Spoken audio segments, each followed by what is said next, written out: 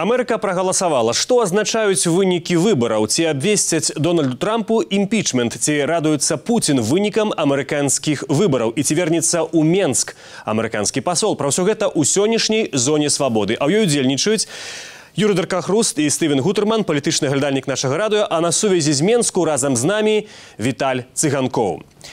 Таксама сёння ў нашай праграме. Голас народу. О пытанню Менску. Як вы ставитеся до президента США Дональда Трампа? Что-то они мне вообще-то американские не нравятся. Одно и то же ведущую политику. Например, хорошо, что запретил въезд беженцам вот таким. Это правильно. Голос свободы. По-беларуску з Вінцуком Вячоркам. Відэанарысы пра нашу мову. Як ёсць, як быць павінна. Слова дня – бацька. Словамі з катэгорыі сямейнай лексікі вельмі цяжка маніпуляваць, але спрабуюць. У 1992 годзе новаабраны амерыканскі прэзідэнт Білл Клінтон пажартаваў, што амерыканскі народ сказаў сваё слова, а цяпер спатрэбіцца час, каб зразумець, што ж ён сказаў. 6 лістапада амерыканскі народ сказаў сваё слова, рэспубліканцы захавалі сваю большасць, нават і павялічылі перавагу ў Сенаце, а дэмакраты атрымалі большасць у палаце прадстаўнікоў. Што ж меў на ўвазе народ? Прэзідэнт США Дональд Трамп вось так пракаментаваў вынікі выбараў. Неверагодны дзень. Учора ўвечары рэспубліканская партыя кінула выклік гісторыі і павялічыла нашу сенацкую большасць. Дамаглася нашмат больш значных вынікаў на выбарах у палату прадстаўнікоў, чым чакалася. Мы зрабілі гэта, нягледзячы на вельмі істотны дысбаланс у фінансаванні у параўнанні з багатымі донарамі і групамі, якія маюць асаблівы інтарэс, каб падтрымліваць дэмакратаў. А таксама нягледзячы на вельмі варожае, мякка кажучы, асвятленне ў сродках масавай інфармацыі. А вось як пракаментавала вынікі выбараў лідарка дэмакратаў у цяперашняй палаце прадстаўнікоў Нэнсі Пелосі. Дэмакратычны кангрэс будзе працаваць над рашэннямі, якія аб'яднаюць нас. Хопіць нам падзелаў і расколаў.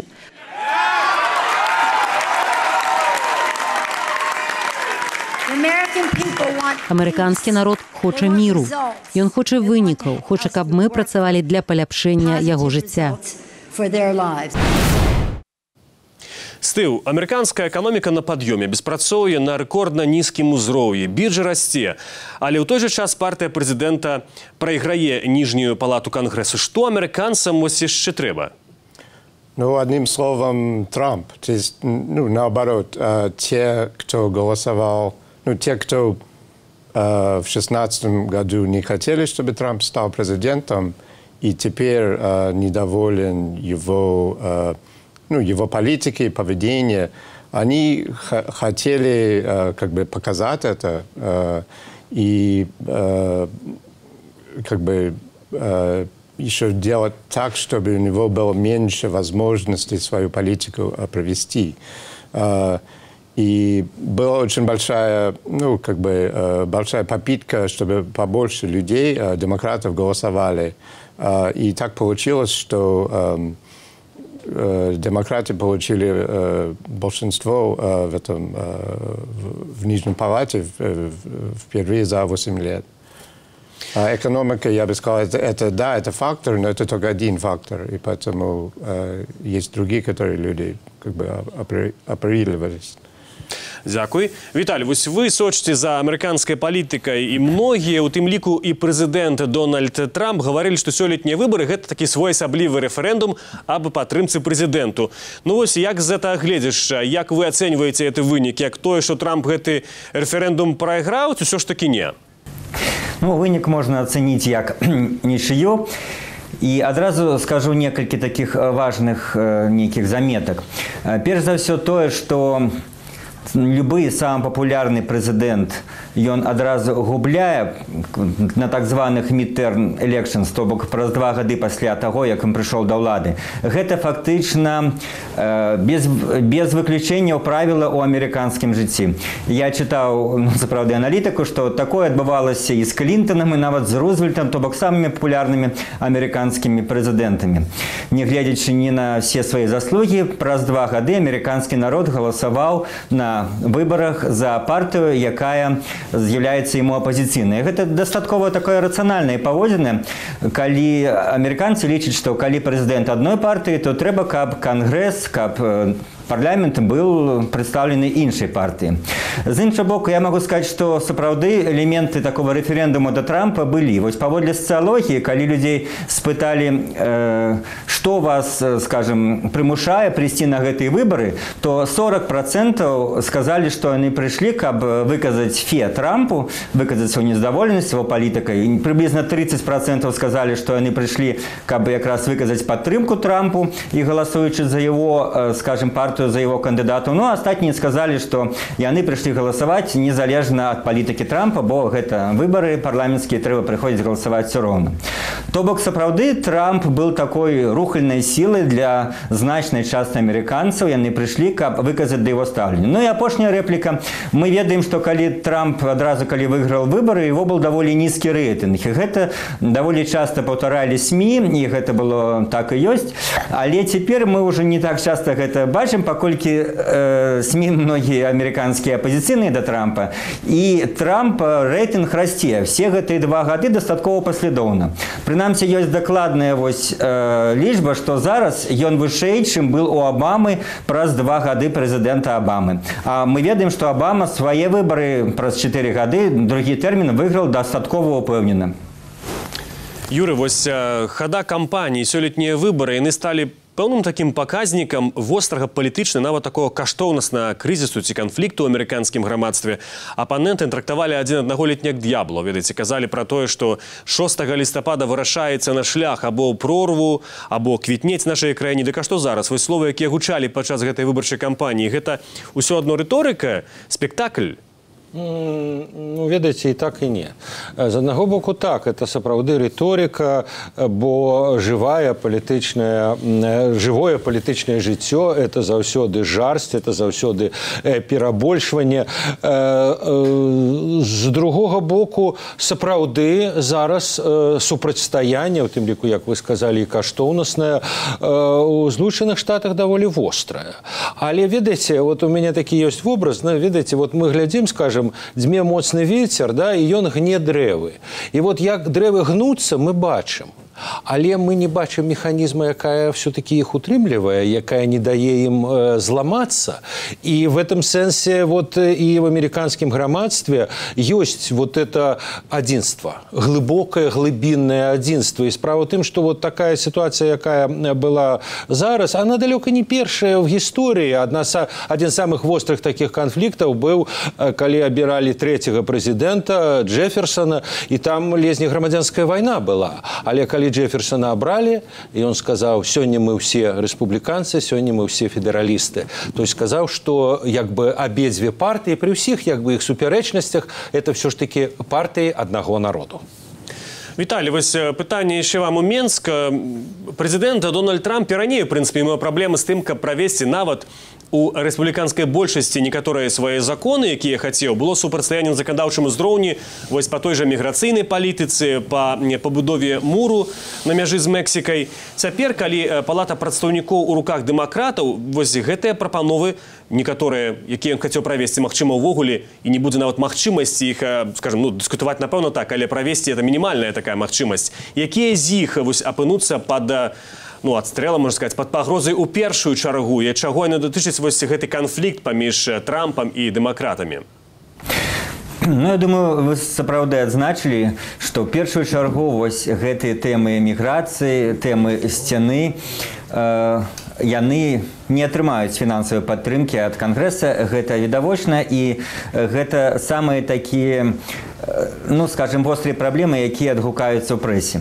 Але, мне здаецца, ёсць і даволі істотныя прынцыповыя разыходжанні ў стаўленні рэспубліканцаў і дэмакратаў да эканамічных пытанняў. Вось Трамп паспеў пры сваім Кангрэсе зрабіць падаткавую рэформу, і я, напрыклад, в свой час был вельмі ўражаны, калі давялося, што ўсе дэмакраты ў Кангрэсе галасавалі супраць зніжэння падаткаў. Все-таки это воспринимается как либеральное экономичное решение, але они все, ну, значит, с экономичными, оказывается, левыми поглядами голосовали супраць снижения податков. Натурально, что дальнейшие некие дзеянні Трампа по снижению податков, ну, напевно, будут неверагодные в ближайшие годы, покольки Конгресс их не будет воспринимать. Ну, а так само тут есть такая, як ціск громадской думки. Мне здаецца, любая такая позиция, яна тлумачыцца таксама і тым, наколькі моцная в грамадстве ёсць падтрымка да той ці іншай ідэі. Ёсць, конечно, калі там 50-50, як з тымі ж падаткамі, там, з міграцыйнай тэмай, але некаторыя тэмы, там, дэмакраты, яны і рэспубліканцы, яны все-таки выбіраюцца ў сваіх акругах, а не па партыйных спісах. І часам бывае, што насуперек сваёй партыі конгрессмен кажа, што я галасую за это, паколькі мае выбаршчыкі выступаюць за это. Так што, калі грамадская думка пабернецца в бок нейкага законопроекта, тут нават партыйныя разыходжанні могуць адысці на іншы план, на другі план, і конгрессмены могуць галасаваць за нейкую канкрэтную прапанову, калі яна будзе падтрымана большасцю амерыканскага грамадства. Дзякуй, Віталь. Стыл, паколькі рэспубліканцы захавалі большасць у Сенаце, то выглядае, што ж такі імпічменту, про які так шмат гаварылася раней, усё ж такі не будзе. Нават калі, у прынцыпе, ніжняя палата за гэта прагаласуе, то Сенат спакойна заблакуе гэтае рашэнне, но не пойдзе далей. Але палітыка, гэта ж не толькі юрыдычныя працэдуры. На вашу думку, які ваш прагноз расследавання расейскага дасье, расследавання Роберта Мюллера, і якія новыя магчымасці перад расследаваннем адкрываюць гэтыя вынікі выбараў 6 листопада? Это очень важный вопрос, очень теперь сложный вопрос. Если вы спросили вчера бы, я бы сказал однозначно, потому что у демократов с января будет большинство в Палате представителей. Они будут поддерживать это расследование спецпрокурора Мюллера и могут свои тоже параллельные расследования провести. В общем, давление будет больше на Трампа, на то, чтобы узнать все-таки, была ли связь, какая там, что делала Россия и имела ли команда Трамп отношения с этим. Но здесь очень теперь сложно, потому что вчера вечером после результата выборов Трамп отправил в отставку главного прокурора Джефф Сешенс. Это очень важно для расследования, потому что Сешенс официально, с самого начала, официально отключился от этого расследования из-за его отношения с российским послом и другие связи с Россией. А теперь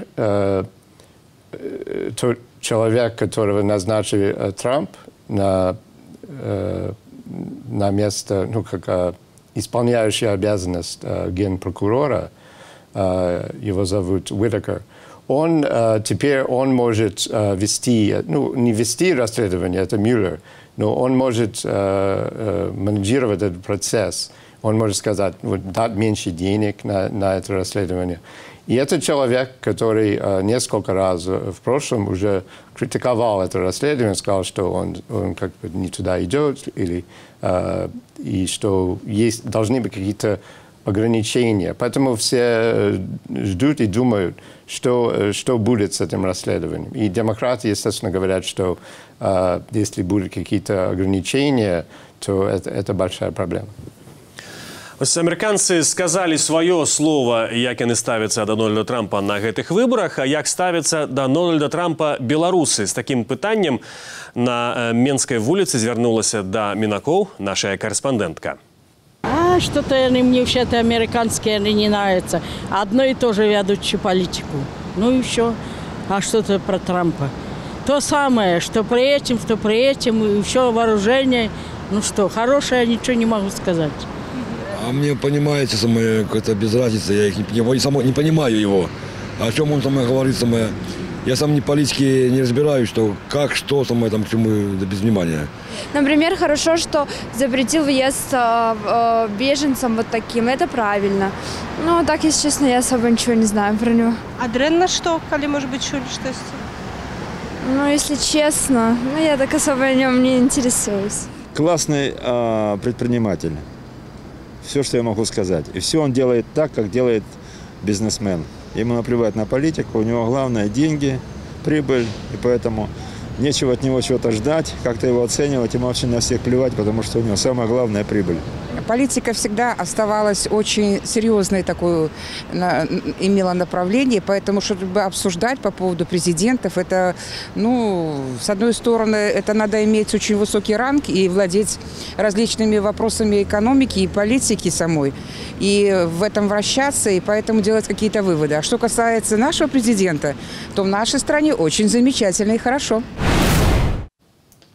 Юрий, як бы вы прокомментовали вынікі гэтага пытання, наколькі вось глыбокае разуменне працэсаў, якія ў Амерыцы адбываюцца? Ну, сапраўды, это пытанне показало, што вельмі далёкія. Вот далёкая краіна, пры ўсім разуменні, што краіна важная, але, вот як там чалавек сказаў, што я не разумею як бы іх канкрэтнай праблематыкі. З іншага боку, вот мне цікава, што там некаторыя галасы, вот прынамсі першай жанчыне сказала, што они всегда там імперыялісты, там зброі бразгаюць, але вот у мяне такое ўражанне, што ўсё ж такі як бы такого тона, скажем, агрэсіўнага яго няма, і магчыма, як не дзіўна, з прычыны расійскай прапаганды. Бо цяперашняя расійская прапаганда адносна Трампа ставіцца зусім не так, як, скажем, да Обамы. Обама был вядома хто. А Трамп, вот як бы лінія расійскай прапаганды, это Трамп хороший. Там вот вакол яго, значит, кепскі, а сам-то Трамп... І таму як бы тут вот ёсць некая такая, ну, я кажу, особой агрэсіі да яго мы не бачылі. І вельмі цікава, што фактычна канкрэтны сюжэт, як бы, які вот... Прынамсі, одну дзяўчыну закрануў, наколькі я ведаю, это один из тых сюжэтаў, які закранула все американское грамадства, і это одна з галоўных тэмаў ввогуле вот гэтых американских выбораў была, это міграцыя.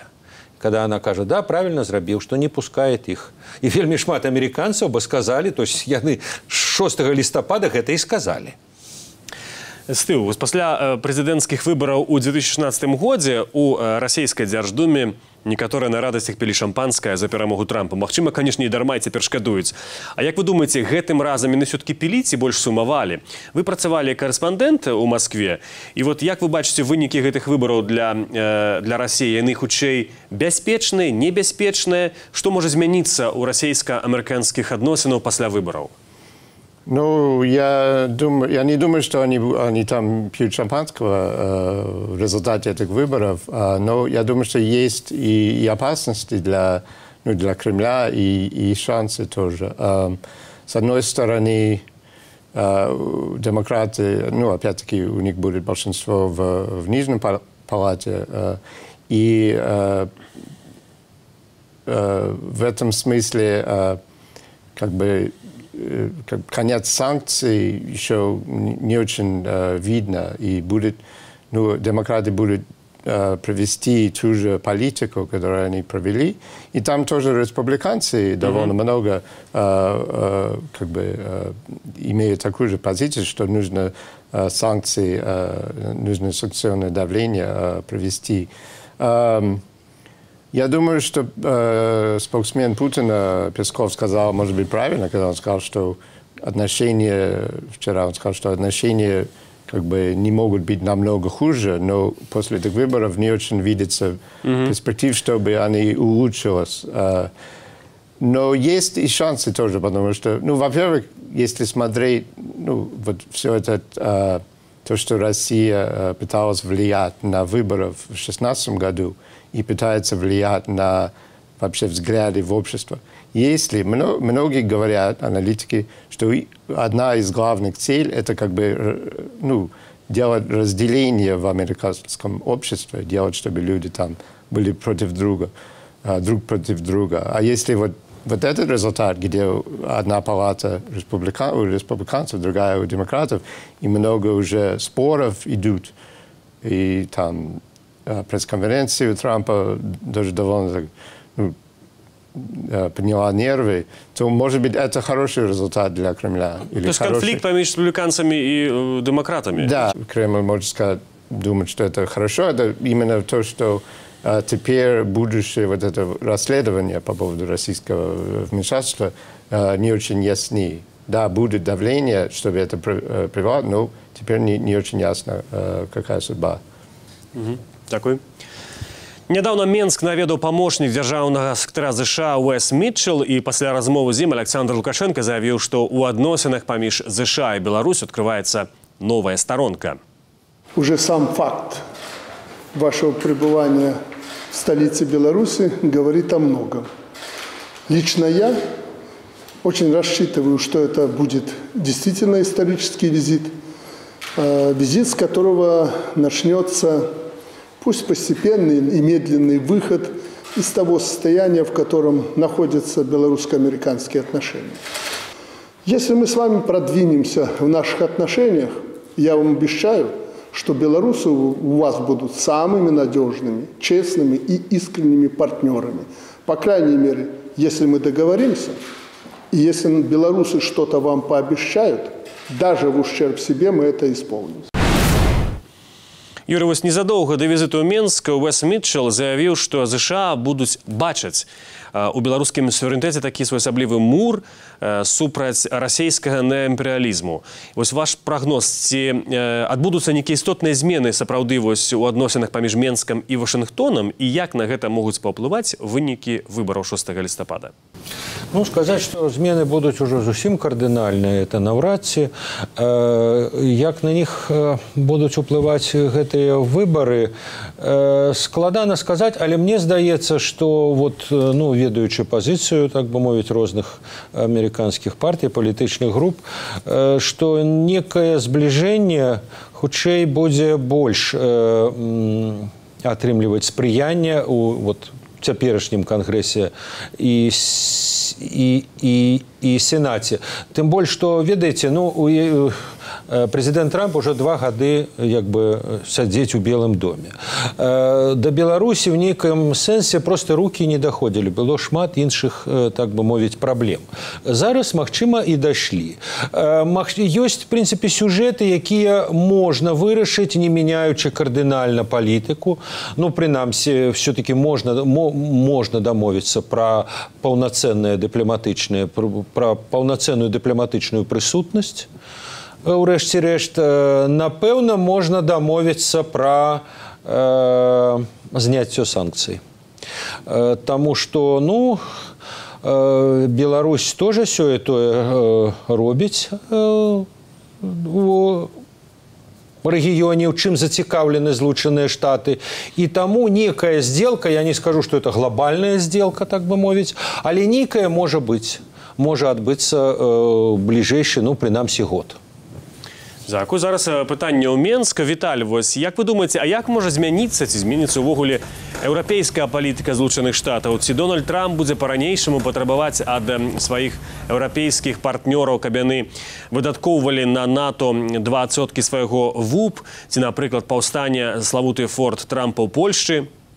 Я б в сувязі вот, з замежнай палітыкай ЗША пракаментаваў якраз тыя, ну, разыходжанні, вот, канфлікт, пра які казалі мае калегі паміж дэмакратамі і рэспубліканцамі у Сенаце і Палаце прадстаўнікоў. Тут варта адзначыць, што все-таки канфлікт, безумоўна, ёсць і каштоўнасны, і палітычны, але все-таки в амерыканскай традыцыі, калі справа заходзіць пра замежную палітыку, то часта мы назіраем, як партыі ці канкрэтныя прадстаўнікі ў канкрэтных там камітэтах Сенату і Конгрессу объединовываются, и многие важные документы, например, дачыненне до Беларуси, той самый акт демократии Беларуси, их инициаторами были как демократы, так и республиканцы, то бок инициаторами этого закона выступали представники обоих партий. Так что в сенсе замежной политики я лечу, что как раз такого затятого конфликта не повинно быть, а тут будет с боку американских политиков большая едность. Одиное, что, конечно, вот российское пытание, которое мы обмерковывали, тут накладается особо конкретно Трампа и жаданне дэмакратаў менавіта гэтае, ну, скажем, даследаванне пра расійскі ўплыў на выбару абернуць у бок імпічмента Трампу, то бок тут якраз та вузкая тэма, где згоды не будзе. Што тычыцца Беларусі, то тут якраз я падтрымаю меркаванне Юры, што няма вялікага такога падставаў для вялікага палягчэння дачыненняў стратэгічных паставаў, але вось такія дробныя рэчы, як аднаўленне амерыканскай амбасады, працы амерыканскай амбасады ў Менску, это можна дасягнуць в бліжэйшыя год-два. А значыць, што вось апошні прэзідэнт, які нешта канкрэтнае гаварыў пра беларускую палітыку, это был Буш, а што Обама, што на гэты момант Трамп, слова Беларусь асабліва не ўжывалі ў сваім палітычным лексіконе. Ну, а што тычыцца вашего конкретного пытання пра НАТО, то, безумоўна, сваім, вот, як ён дзейнічае сваёй манеры, Трамп, гэта вось, як ён дзейнічае паводле сваёй кніжкі пра бізнес, гэтак ён перанёс у палітыку, даволі жорсткая манера вядзення бізнесу, гэтак ён будзе працягваць і в адносінах з Кітаем, і в адносінах да сваіх еўрапейскіх саюзнікаў, так сказаць, пуга і пернікам, патрабуючы ад іх, каб яны выконвалі гэтае взятае імі самім абяцанне плаціць 2% на абарону, каб яны больш плацілі, каб не толькі Амерыка займалась іхняй абаронай. Я думаю, паступова, так сказаць, ён даб'ецца гэтага фактычна ад усіх удзельнікаў НАТО. Віталій, і ўсё ж таки пытанне звязанае з Менскам. Вы, калі бачылі гэтае слово выказвання Александра Лукашэнкі падчас сустрэчы з Уэсам Мітчэлам, ён казаў, калі мы штосьці вам паабяцаем, то мы выканаем. А што можа ввогуле цікавіць Вашынгтон у Беларусі? Што Беларусь можа такога паабяцаць? І для Амерыкі гэта было б вельмі важна, каб Менск это выканаў. Слухайте, ну, па-першае, пры выказванні Лукашэнкі мы ведаем гэтага палітычнага дзеяча ўжо 25 гадоў, хтосьці і больш. Гэта его стабільная фраза «мы зробім все, што вы захочаце, нават больш». Гэта ён в розных варыяцыях, калі пашукаць, гаварыў, напэўна, усім сваім партнёрам па перамовах, асабліва партнёрам, ад якіх ён у нейкай ступені залежыць. Сапраўды, цяжка сказаць, што ён можа выканаць. Ён не можа там выйсці з нейкіх ваенных саюзаў з Расіяй, ён не можа, умоўна, скажем, там заявіць, што Беларусь будзе вступаць у НАТО. Нейкіх стратэгічных пераменаў з пункту гледжання амерыканскіх інтарэсаў Беларусь не можа зрабіць. Тым не менш, прыехаў памочнік дзяржсакратара. У яго таксама, напэўна, нейкія спадзяванні былі. Проста варта намацаць, што Амерыцы можа быць цікава ў Беларусі, бо вельмі цяжка ўявіць, што гэта можа быць.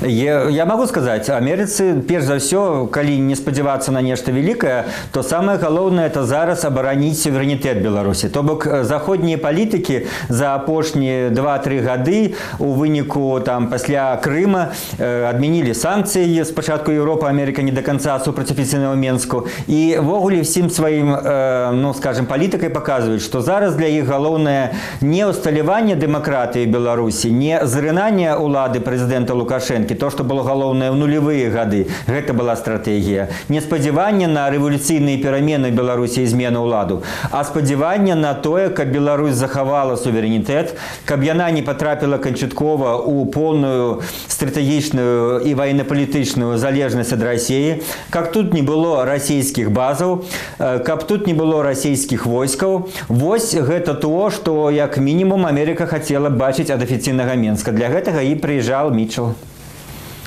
Дзякуй, Віталь. Віталь Цыганкоў з Менску. Амерыканскі народ сапраўды сказаў сваё слова. Адным яно можа падабацца, іншым не. Але вырашальнай у США з'яўляецца менавіта воля народу. Амерыканцы як нацыя не ствараюць сабе куміраў, нават з палітыкаў вельмі паважаных, шанаваных, любімых многімі. У іх няма супольнага бацькі. Менавіта пра сэнс слова «бацька». Пра гэта сёння будзе перадача Вінцука «Вячоркі» па-беларуску з Вінцуком Вячоркам. Відэанарысы пра нашу мову ў дзяржаве і грамадстве, як ёсць, як быць павінна.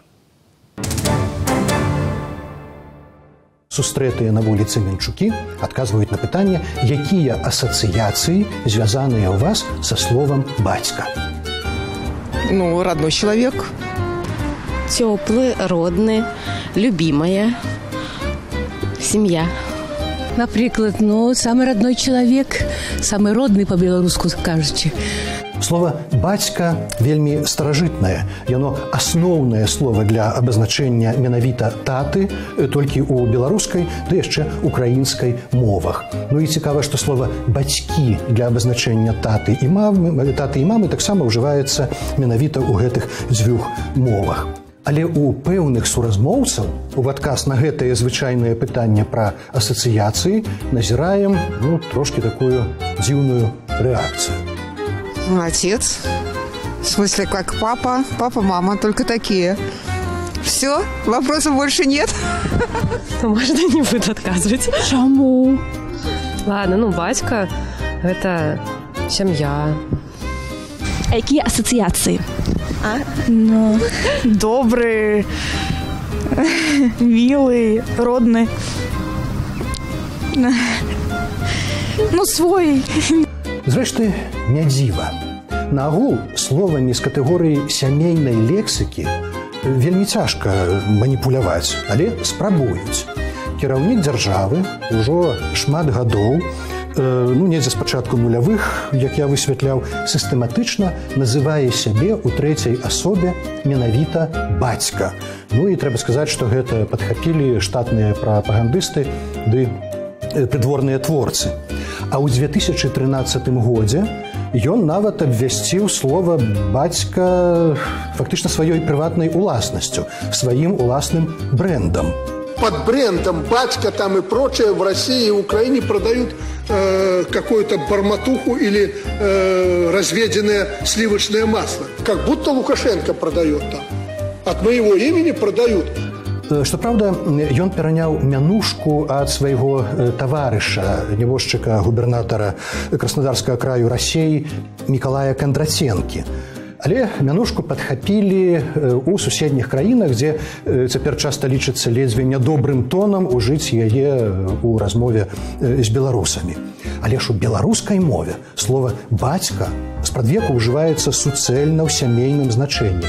Ну не называлі камандзіра, нават такога геніяльнага, як князь Канстантин Астроскі, бацькам. І манарха бацькам не маглі называць. Ён быў выбраны, першы сярод роўных і выконваў строга адведзеныя яму законам, статутам функцыі, а не быў айцом народаў, як расейскі цар альбо таварыш Сталін. А вось чаму ў беларускай мове слова «бацька» не стала масавым зваротам да начальніка? Я наткнуўся на цікавы тэкст «Руская душа і неруская власть». Аўтарка Тацяна Миронова, член-карэспандэнт Міжнароднай славянскай акадэміі навук, змагаецца з чужебесіем, выкрывае захад. Цитую: «Наш подлинно-русский тип организованности основан на послушании, чужд западному представлению об организации и порядке. В русском понимании иерархия начальник и подчиненный – это иерархия отца, его сыновей. Отец-правитель может быть даже жесток, если жесткость и требовательность полезны детям». Конец цитаты.